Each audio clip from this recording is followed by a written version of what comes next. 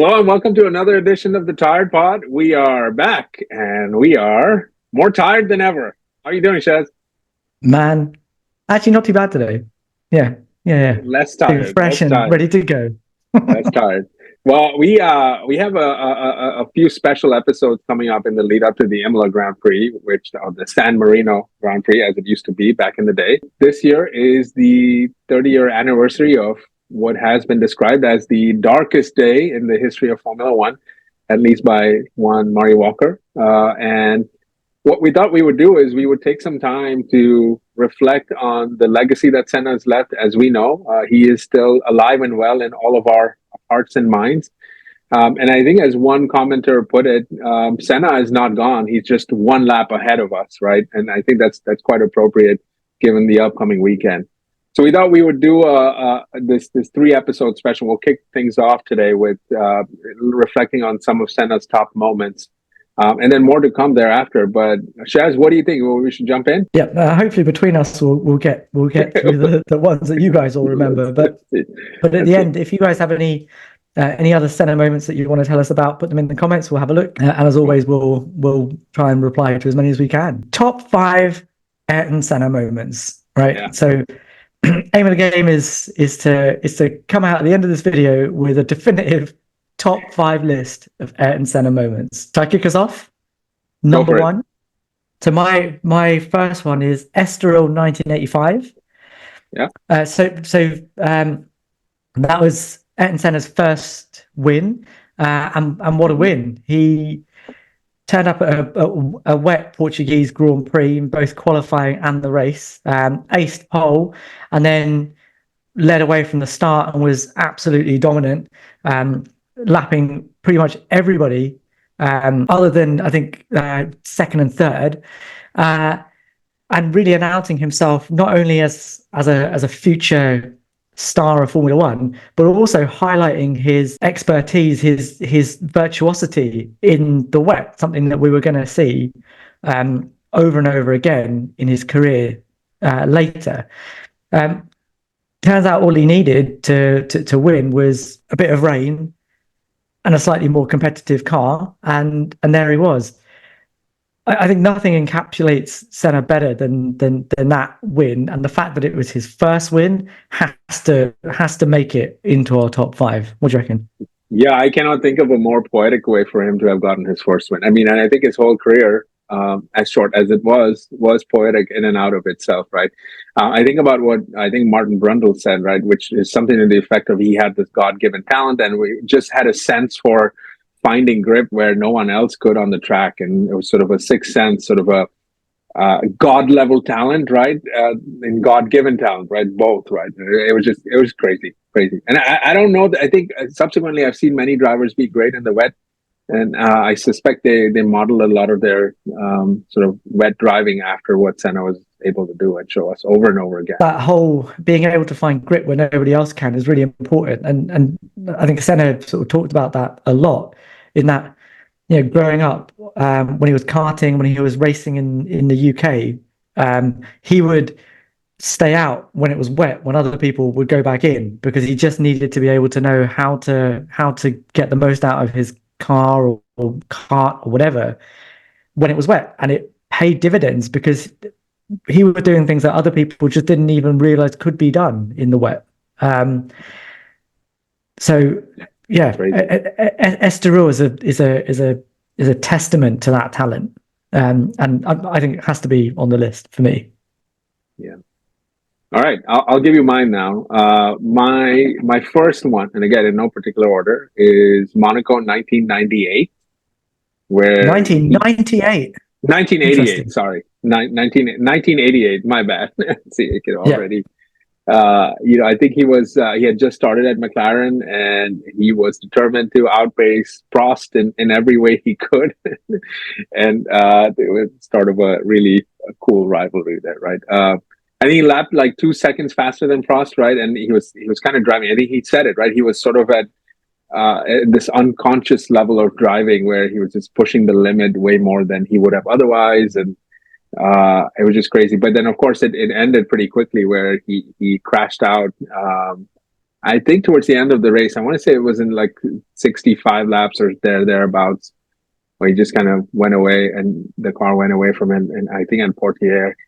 And then I think the cool thing was him hiding in his apartment and not letting all the McLaren people get in there. That was cool. That was a cool story. But yeah, I mean, look, sometimes that's how it goes.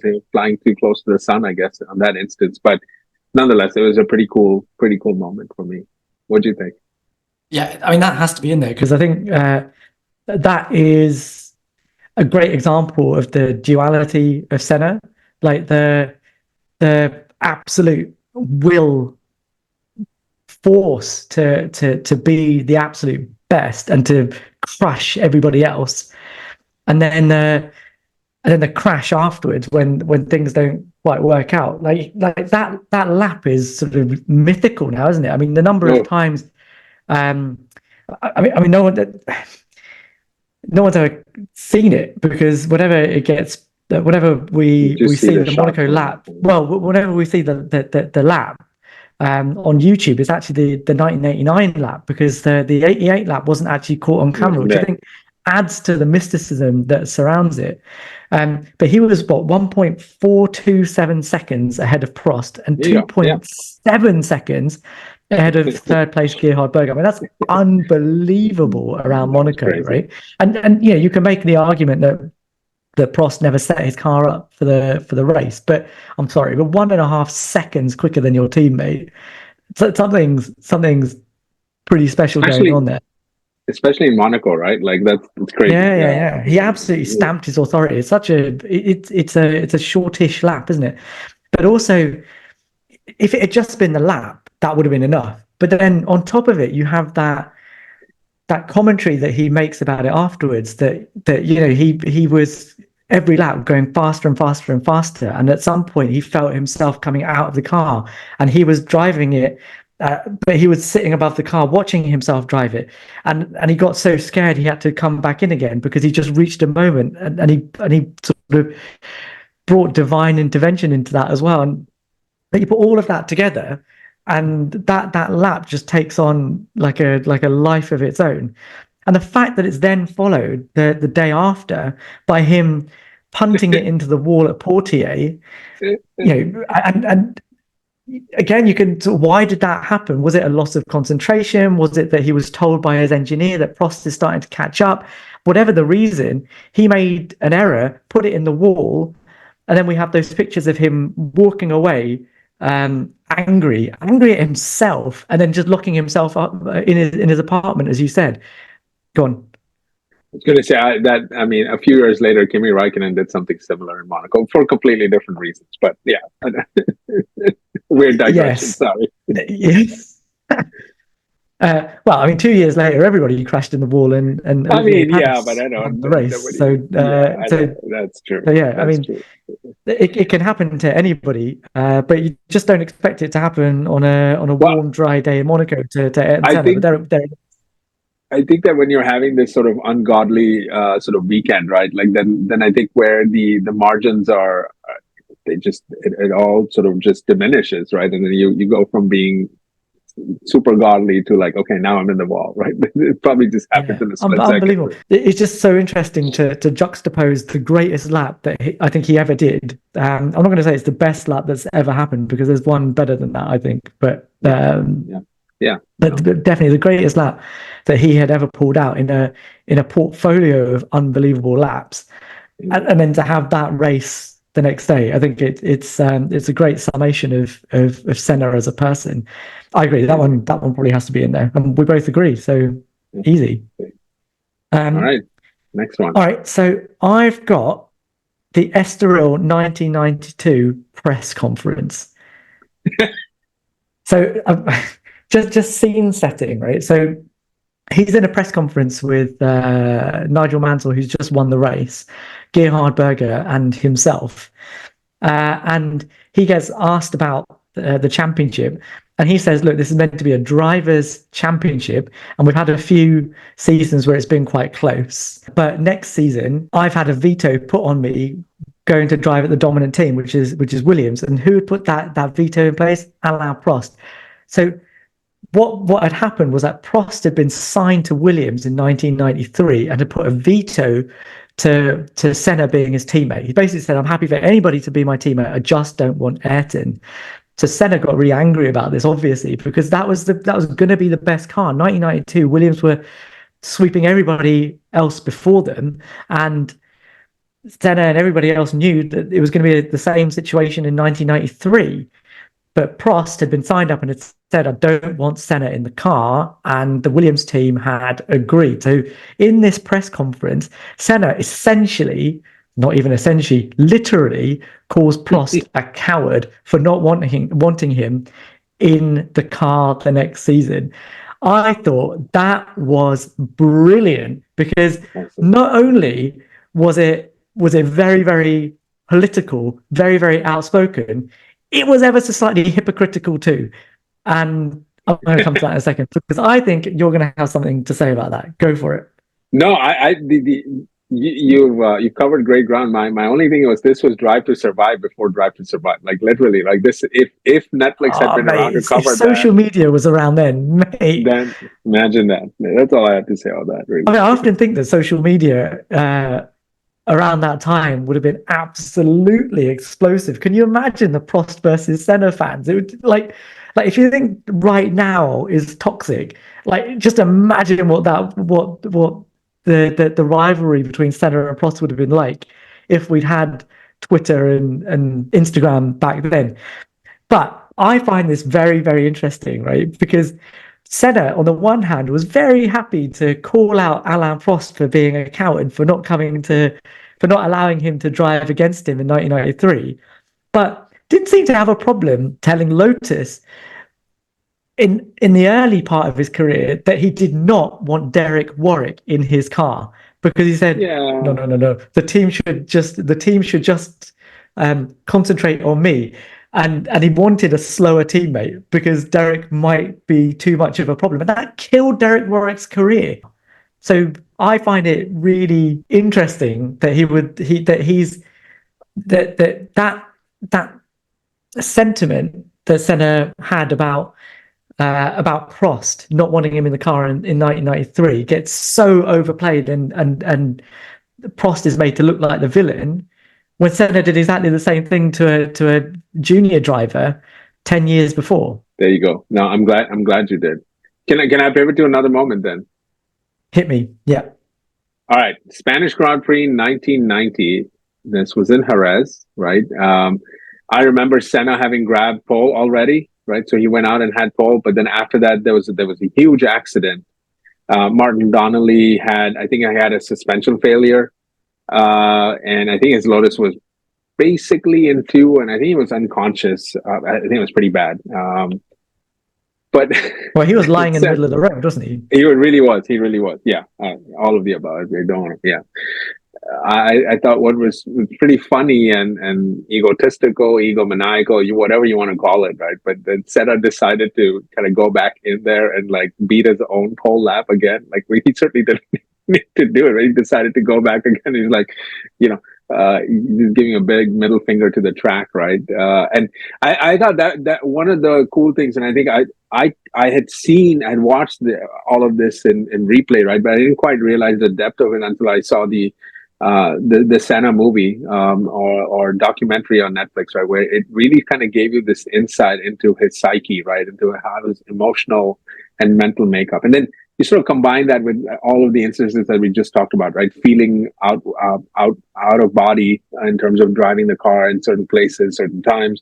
It just sort of all adds up to it. Like that day he didn't need to go back, but he did, and it was just weird. And of course, we've seen him go out and help drivers a lot too, right? So there was that element of it too. So I think it was just, God, like Senna was just one of one, right? In that regard, like he couldn't fit, put him in a box in terms of how you describe someone. I'm gonna argue back against that one. Oh no, come on, do not do that.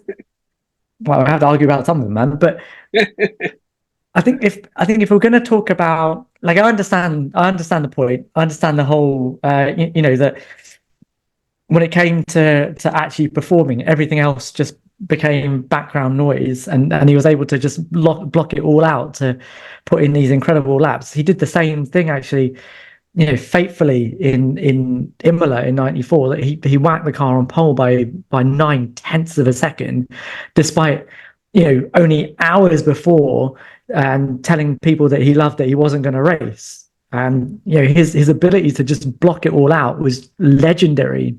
Mm-hmm. But if we're going to talk about his pace over one lap, I think we've covered that. And I think that the Martin Donnelly thing, his concern for other drivers, which I think is important in that too, is covered better in another example, which is why Sure. I don't want to put that one in. Yeah. Okay, fine. Sorry, fair man. enough. Because I think this one does need to go in. I mean, for me, the iconic moment of it is just the sheer balls to kind of do it, right? Like to just want to do it, like it. And I cannot think of very many professions and even places in sport where that kind of stuff happens, right? And that's not to say that there aren't driven athletes, but yeah. But top 5, you think that's a top 5 Senna moment? Yeah, of the hundreds and hundreds of moments, that is him coming out and doing what he normally does is a top 5 moment. It's under the circumstances, right? Is what it is, and that's what makes it. And again, it's easy to go with all the, if you want to call it the on track, because this is on track, but it's kind of sort of not on track, right? So I'm happy to put so I definitely think an off track moment needs to get in there. I'll give it to you now.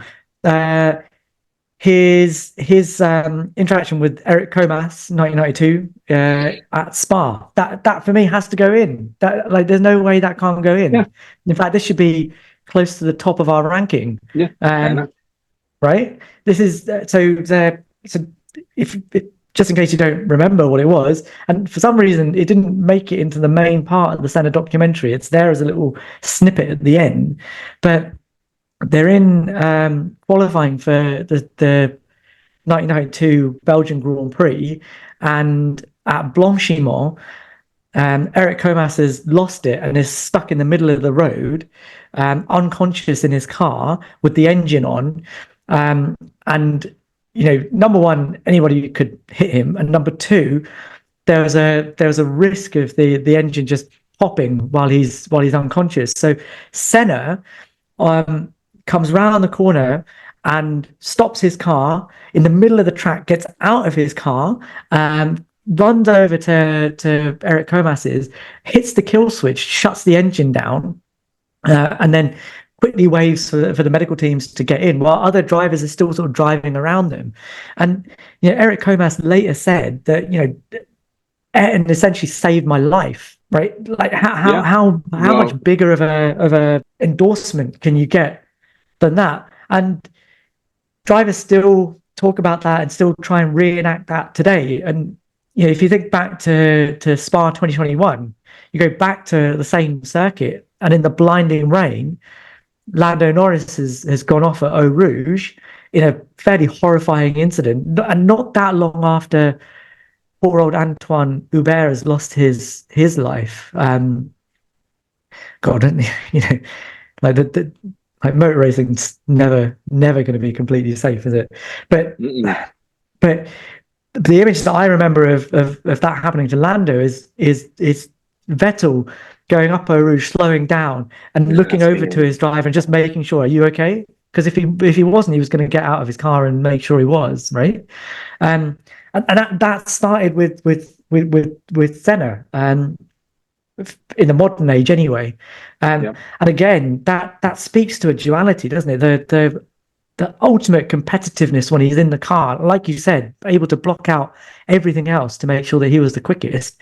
But then when it came to it, he was human, and able to be compassionate, and think of others before himself. And I think that when you take everything else away from him, all of the on-track moments, the ruthlessness, the crashes, the press conferences, the politicalness, all of that, when you see him do something like that, and literally save another driver's life when it was putting his own at risk, that for me has to be in the top 5. It cannot not be. Equal parts God level talent and humanity, right? Like that's what makes Senna. All right. Okay, so do we agree that one goes in? Yep, put it in. Sweet. Okay, what's your next one? All right, the next one is, so let's go the other direction on this, and it's a Suzuka 1990. What? You're gonna put that in your top Come five on. Senna moments? Yes, it Unbelievable. is a moment. This is Tell me not why. about.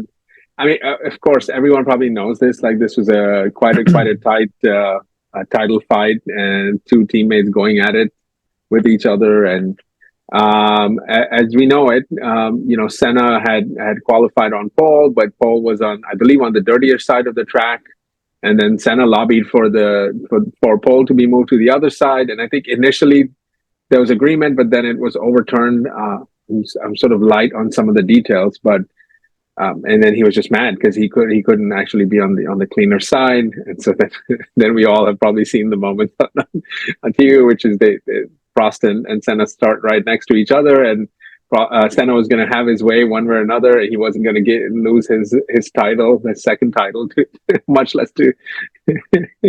And so, they went into the first corner, and basically, can we say that? Can I say that Senna took Prost out? I guess I There's can. Right? more than enough evidence to say that he took him out. Yeah, Questionable. Wow. Including Senna's own admission to it the year later.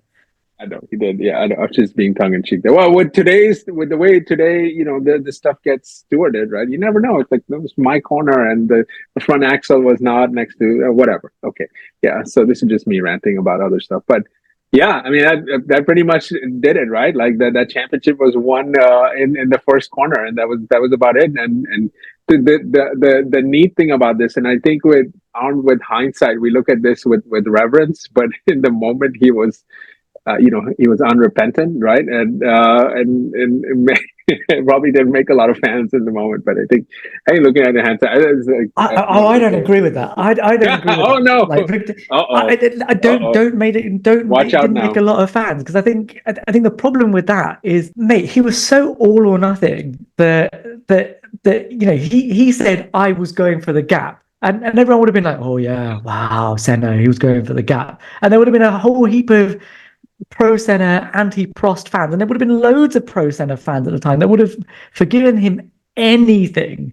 And I'm sure that even in that moment, that egregious moment, I think the worst moment in Ayrton Senna's oh no, come on, career, give me a worse one. No, yeah, look, there isn't one, because that the worst one is the one where it ended everything. Like, so there's nothing I can't, I'm not going to do that. But the worst moment in his own driving career, where he made a decision that was awful, right? Like, he put his life at risk, he put another driver's life at risk, and for what? Because he was angry. Like, the pole position side is a non-event, right? For me, he was angry because of what happened the year before. That all of that pent up anger about 1989 all came out into that one silly move into the first corner at Suzuka, and it was awful. Not only because of the move itself, but because he was considered the greatest driver on the grid at that time, right? He was the benchmark. And for him to do that, the example that sets, not only for the drivers that are on the grid there and then, but the drivers that are coming up through the junior formulae below him, and the drivers that still now look at that and the quote that he gave afterwards and say, well, I'm just doing what Senna did. I'm sorry, but that horrible. I mean, I agree with you. It probably needs to be in there. It needs to be in our top 5, but not for a good reason. That's in there because for me, it's okay. Tell me why it's a good thing. No, it is a good thing. Like, there's no bad moment in Senna's career. Like, that's it. There's no bad moments in Senna's career. Nothing. Senna was other than the final one. There is, yes, perfect. That's it.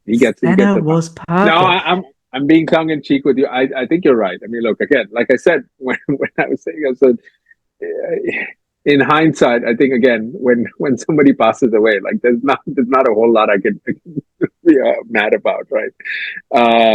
Yeah, I agree with you. Look, it wasn't the right thing to do, but it is what it is, man. I'm not backing down. I'm not backing down. Sorry. Yeah, so I agree that I think it has to be in there, but we're clearly on different sides of this. It's just a silly silly moment and a horrible way to win your world championship. Like, I can't believe that he was rewarded for it. Okay, let me give you another one, a slightly better one, I hope. Donington 1993. Okay, yeah. European Grand Prix, right? Yeah. Greatest first lap in Formula One history. Yep. Most replayed of all time. Every time anyone thinks of Ayrton, they think of that lap. I mean, I don't think we can do a top five without that being in there.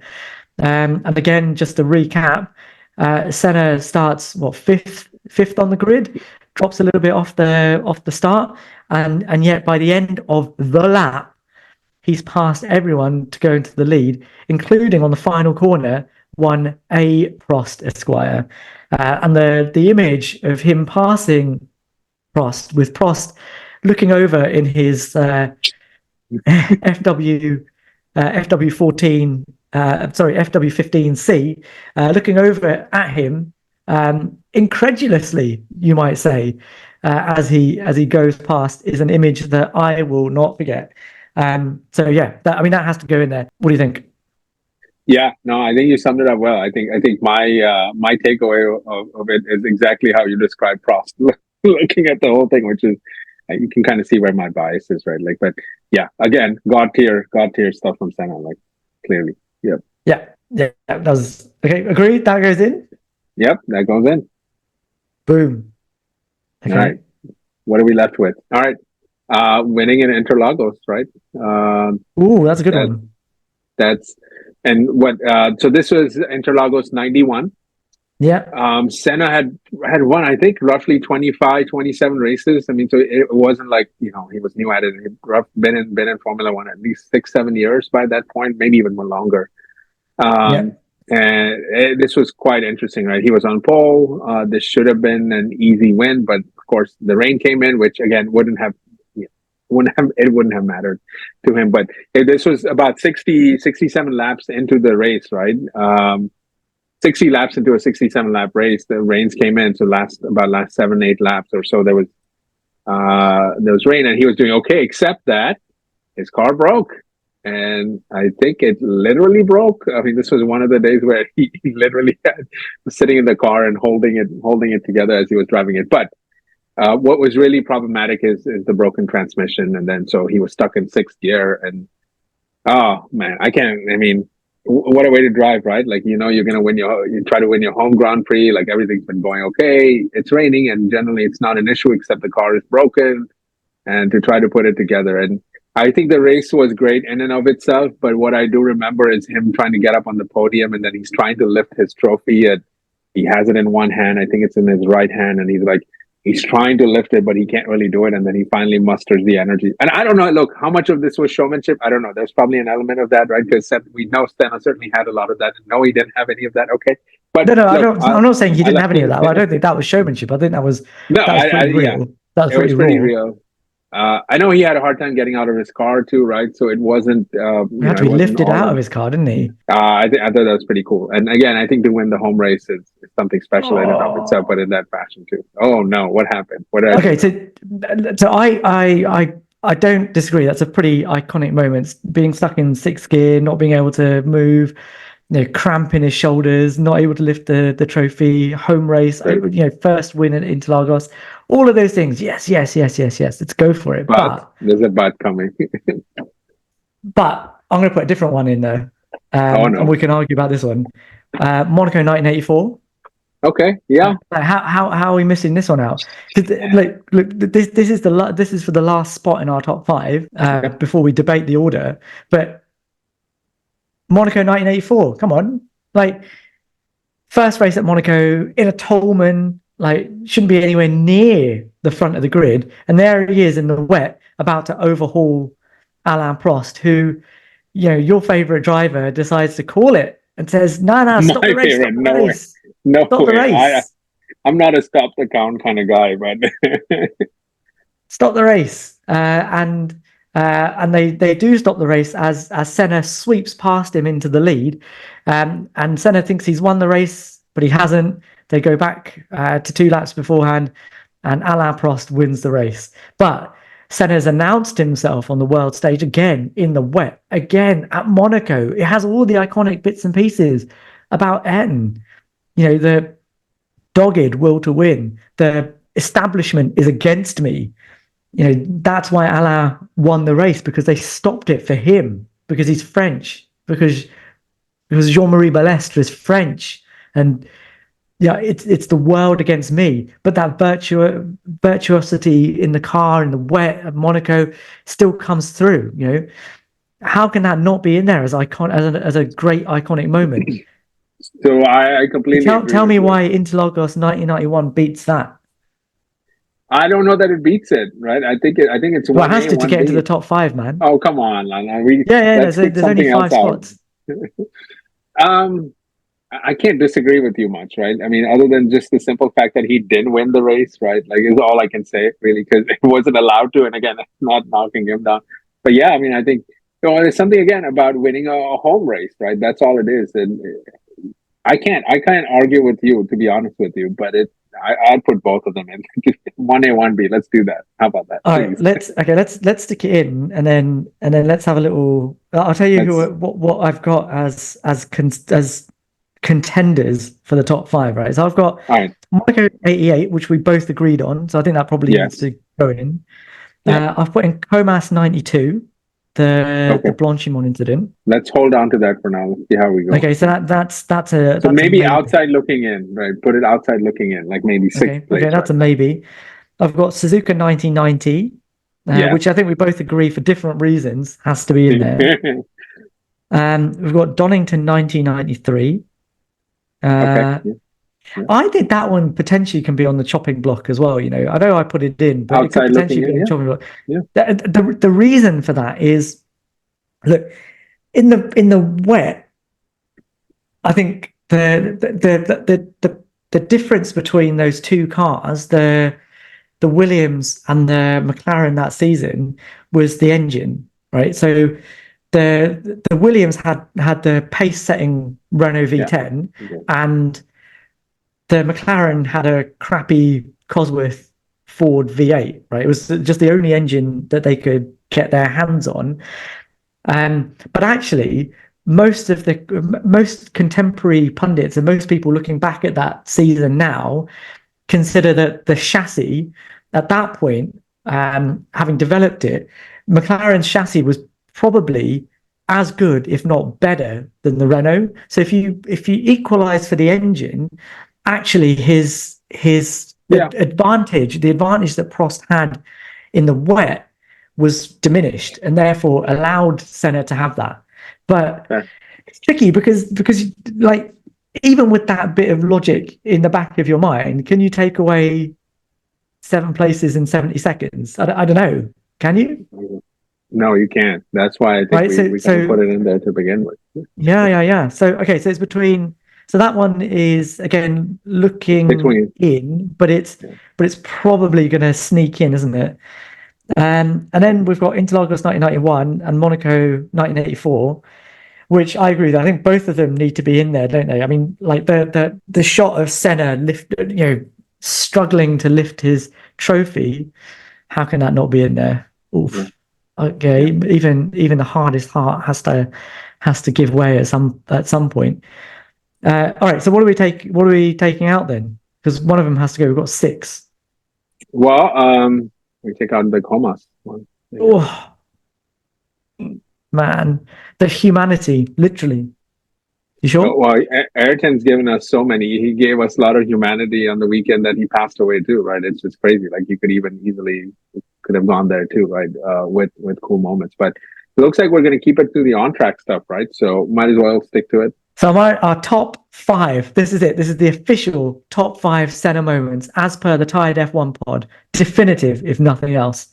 I have, in no particular order, Monaco, 1988, Suzuka, 1990, Donington, first lap, 1993, Interlagos, 1991, and finally, Monaco, 1984. If you can think of a better set of Senna moments, I'd love to hear from you. Hey, well, listen, there are so many moments, right? So those of you that are watching, listening, please give us some feedback. Tell us how we did. Maybe you have a moment or two that you'd like to add to our list.